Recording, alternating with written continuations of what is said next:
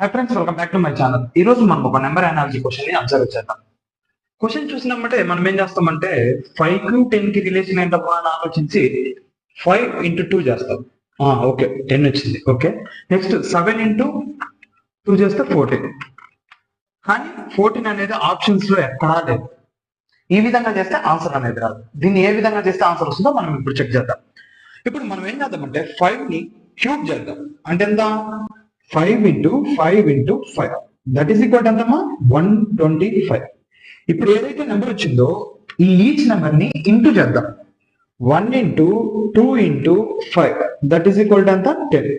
Okay, satisfy అయింది. Next 7 cube చేద్దాం. 7 cube is equal to 7 into 7 into 7 that is equal to 343 అన్నమాట.